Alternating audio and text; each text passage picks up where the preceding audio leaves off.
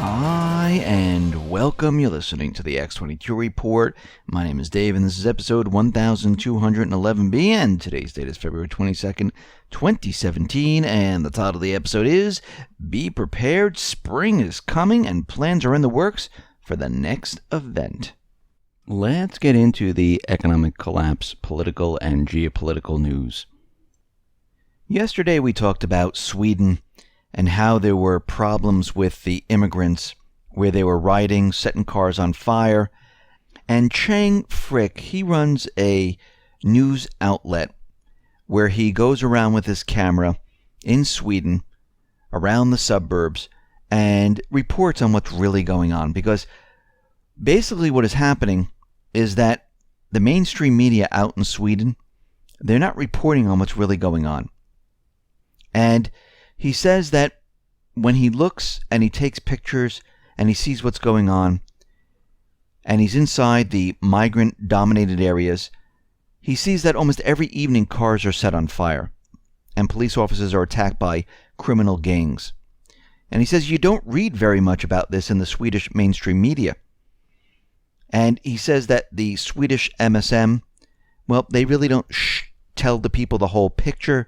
They really are leaving a lot of the story out, and they're trying to paint a picture that everything is fine. And we can see right now that things are not fine. And it's not just in Sweden. It's in many different countries. And we can see at this point that there has to be some way, somehow, to look at each individual and to make sure that these are the people you want in the country. And this is why there's borders. This is why you have a vetting process. Now, what's very interesting about all of this is that there was a poll that was done. And it was done by Harvard Harris. This was done for The Hill.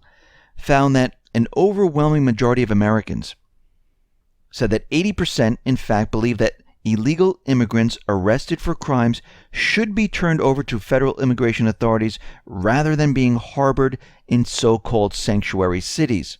So imagine that. Americans do believe that local, state, and federal law enforcement officials should actually enforce the law. Meanwhile, 52% of those surveyed said they support Trump's executive order to build a border wall and revoke funding for sanctuary cities, while 53% say they support this immigration ban. Now, of course, this is undoubtedly unwelcome news for those sanctuary cities because we know they receive a lot of federal subsidies, roughly around $2.3 billion every year. And these are the top 10 sanctuary cities. And they don't want to give this up. And we can see at this point, the corporate media, they're still with the agenda, with the deep state, the elite, and they're pushing their agenda saying that, we're America, we should accept all these illegals. Now, they use these illegals for many different parts of their agenda. One, for voter fraud. They bring them in, of course, with Obama's executive order, when he actually signed it right after the mid-elections because he knew that the people were not for this, where people who jumped over the border came into this country, they were allowed to stay in this country. Now, these individuals are illegal. They came into the country illegally. There's a difference between illegal immigrant and immigrant. An immigrant who wants to come to this country goes through the process, goes through the vetting process, and gets everything completed and is allowed into the country. And I think what they're doing right now is they're trying to merge the two, illegal immigrant and immigrant. And you can see that they're playing off of this. They're two very distinct things. And again, they're using terms like racist. Illegal immigrant is not a race. And you cannot be racist against an illegal immigrant. It's like I'm a racist against criminals. It's absolutely ridiculous. But you can see what their plans are. And this is why they're out there every single time saying, well, if his ban goes through, then all the immigrants in the country, they're not going to buy houses, and that can crash the housing market. No, those people here legally, they can still buy their homes. If they're making enough money and they have credit, well, I guess you don't even need credit today. They still can buy homes, but they're trying to make the case. What is happening here is they're merging the two, which it should not be done. And everyone does the vetting process. Everyone has a door in their house. Do you leave the door open, letting anyone in?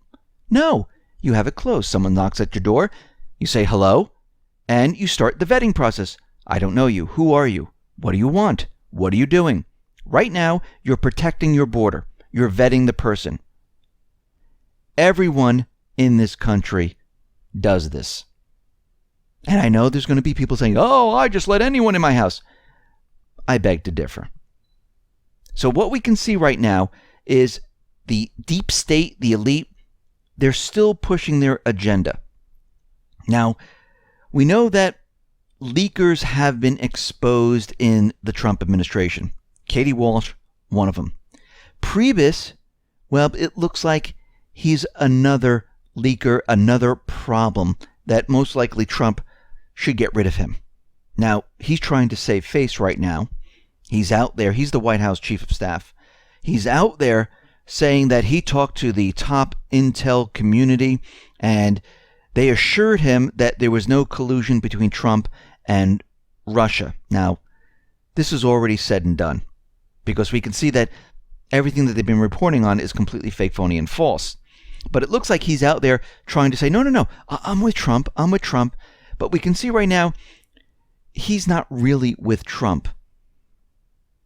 We see John McCain. He's the one who gave that dossier to the CIA and leaked it to the news, which was a complete hoax. Well, it turns out the White House just fingered John McCain as a media leaker. He's also been eavesdropping on Trump's classified phone calls. And there are others, they're saying, besides McCain, who are doing a lot of the leaking. Remember, those who are in power, Democrat, Republican, doesn't matter who they are. When their power, their control is threatened, they will go to any lengths to stop it. And we can see at this point that all these individuals, well, they're part of the deep state, the elite, the agenda. And Trump doesn't fit into this mold. He doesn't fit into any of this, actually. And this is why we are seeing all of this happen right now. And they're not done. They're going to be pushing their agenda to the next level. Now, back in January, the Hungarian Prime Minister, well, he lashed out against Soros and accused Soros of deploying tons of money and international heavy artillery to his country. And we can see there was an attack on Soros. In the past, we've seen that Soros, well, he has been using his money to fund NGOs and certain groups for certain regime change, for protests, and things like that. Now, just days earlier, Republican lawmakers in Washington had started asking questions about whether U.S. tax dollars also were being used to fund Soros's projects in the country of Macedonia. Representative Christopher Smith led a group of House lawmakers in writing to Ambassador Jess Bailey, an Obama appointee, demanding answers. Smith voiced concerns that tax dollars are supporting Soros' activities in trying to have a socialist government replace the current conservative government in the small nation. And they started an investigation to look into George Soros and his dealings. They're saying that they've received credible reports that over the past few years, the U.S. mission to Macedonia has actively intervened in the party politics of Macedonia, as well as shaping of its media environment and civil society, often favoring groups of one political persuasion over another. And we can see right now they are looking into his dealings, not just out in Macedonia, but here in the United States, because we understand that George Soros, well, he funds a lot of NGOs. He puts together protests because he's a billionaire who wants what he wants. He wants a one-world government. He wants to control the people. And we can see right now that he has his fingers in everything. The Women's March right after Inauguration Day in January.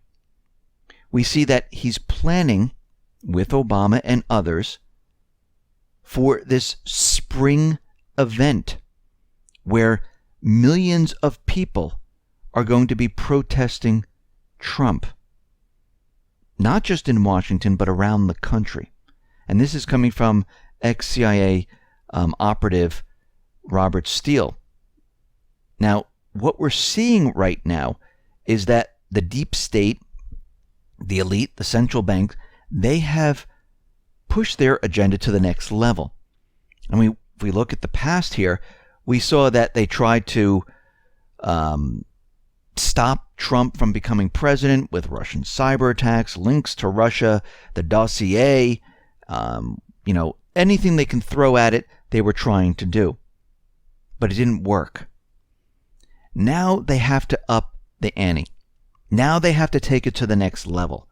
And what they're doing right now is that they're creating this next event, which has to be bigger, better, to show why Trump needs to be taken out. Now, they're going to make moves through the law to try to impeach him. They're going to make moves to try to show that, guess what? He has mental problems. They're going to try to use the 25th Amendment, Article 4. They're going to try to use all of this along with the protests to try to get Trump out of power. And if this doesn't work, if they cannot do this, they will take it one step further. Now, we talked about this before. People on the corporate media made jokes about killing Trump. Well, these aren't jokes. They are totally serious. The deep state, they're telling you, they're telegraphing their plan. They want him gone. They're telling you, if all of this fails, the next step is to remove him by force. To remove him by getting rid of him, by assassinating him. Now, Robert Steele is saying that Trump is not going to make it until 2018.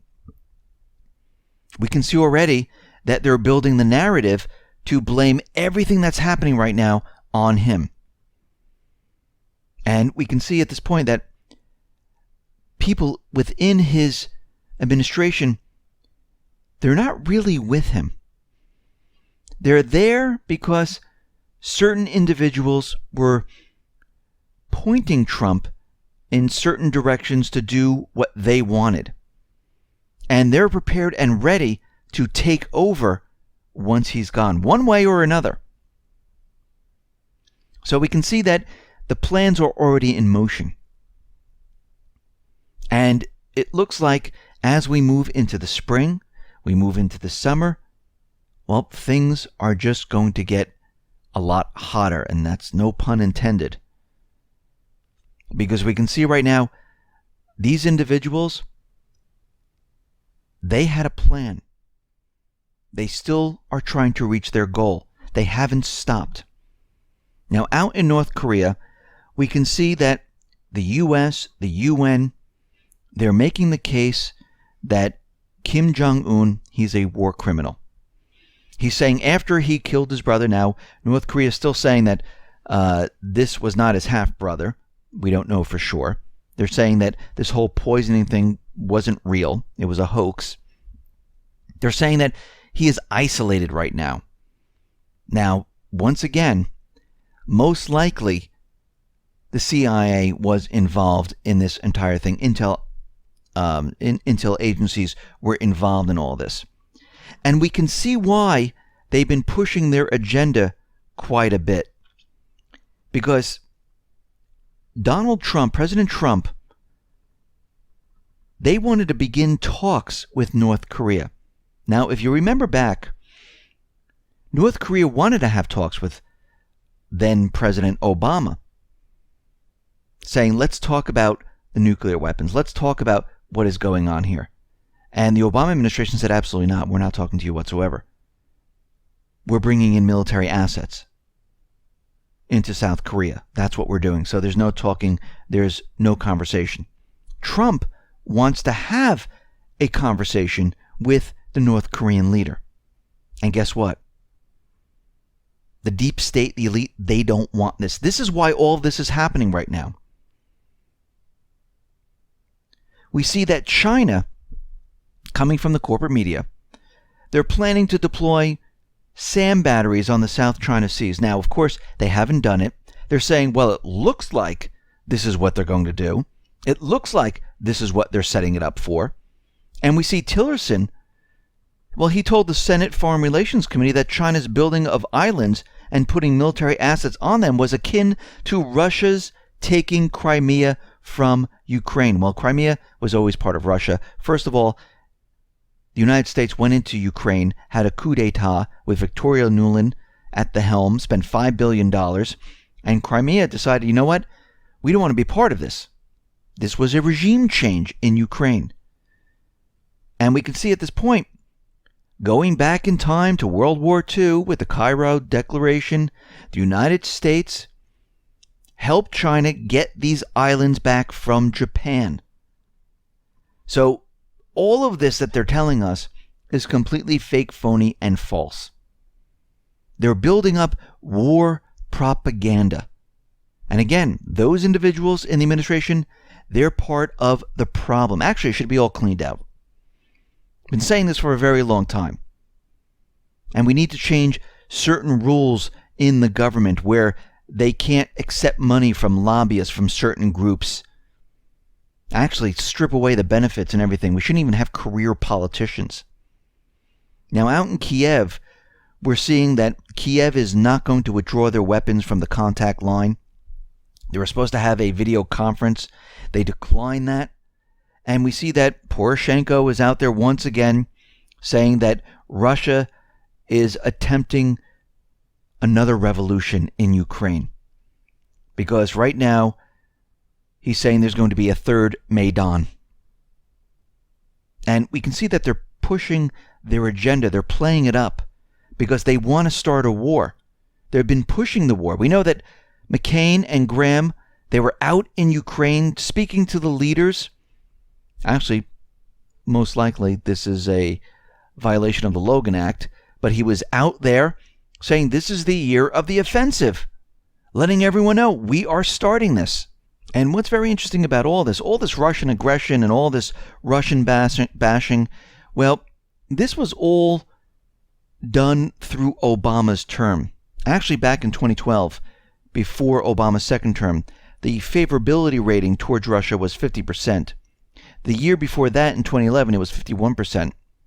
And it has been reasonably stable until Obama's re-election, where it completely dropped. And we can see that during this point of Obama's term, from 2012 on, Russia became unfavorable. Americans were more hostile towards Russia. And this was because the Obama administration, the corporate media, were playing up that Russia was coming to get us. Russia was coming to get us. Before that time period, we didn't see anything like this. And we can see this was part of their agenda. Now, there's a lot of talks about safe zones where they're saying that Trump wants a safe zone. He wants to put refugees in there. And Lavrov is out there saying, listen, in regards to safe zones, if the U.S. wants to do this, they need to coordinate with Syria and Russia. And Syria would protect those individuals in these safe zones, not the United States. Because the United States would use these safe zones to mount an all-out war against Assad. This was the original plan. And what we're seeing right now is that these neocons, these elite, the deep state, they're still pushing their agenda. Now, the UN came out after their fact-finding mission. They are showing that Assad is using chemical weapons. A new report came out. And in the report, what do they show? Well, they show that from all the different tweets and all the different entries in Facebook, they've compiled all of this, and it shows that Assad is using chemical weapons. This was their research. They didn't go to Syria. They didn't do a fact-finding mission. They cited Twitter posts and WordPress blogs as evidence against Assad. I mean, this is absolutely ridiculous. So they copy and pasted all of this, and most of them came from the White Helmets, which is a paid group of the United States government central bankers. Now, Saudi Arabia is out there. They're saying they are ready to send troops to Syria. They met with John McCain, and the Saudi king is saying, we are ready to go. Now, we can see what's happening right now. Everything is being built up so they can make the case where troops are going to go in and fight the Islamic State. Now, we know this is not true. John McCain does not want to fight the Islamic State. He supports them. He meets with them. The Saudis, they support them. They're not going to fight them. This is their paid mercenary army. And what we're seeing right now is these neocons, the deep state, the elite, they're trying to have Trump sign off on bringing troops into Syria. Well, this is going to be a problem because, first of all, the United States didn't coordinate with Syria or Russia because Russia is actually fighting the Islamic State. And what would be the purpose at this point in time to have the United States in there? If they truly wanted to fight the Islamic State, they would work with Russia right now. But we can see at this point with John McCain, Saudi Arabia, and the neocons, they're trying to figure out a way of getting troops into Syria. This, if they do this, this is going to kick off World War III. Because they're not going to be going after the Islamic State. They're going to get in there and they're going to make a move against Assad. And there will be more and more troops pouring into this area. So we can see at this point, things are rapidly heating up right now. And these neocons, the deep state, the central bank, they are making their move. They are pushing their agenda to start a war, to remove Trump. Listen, everyone, thanks a lot for listening.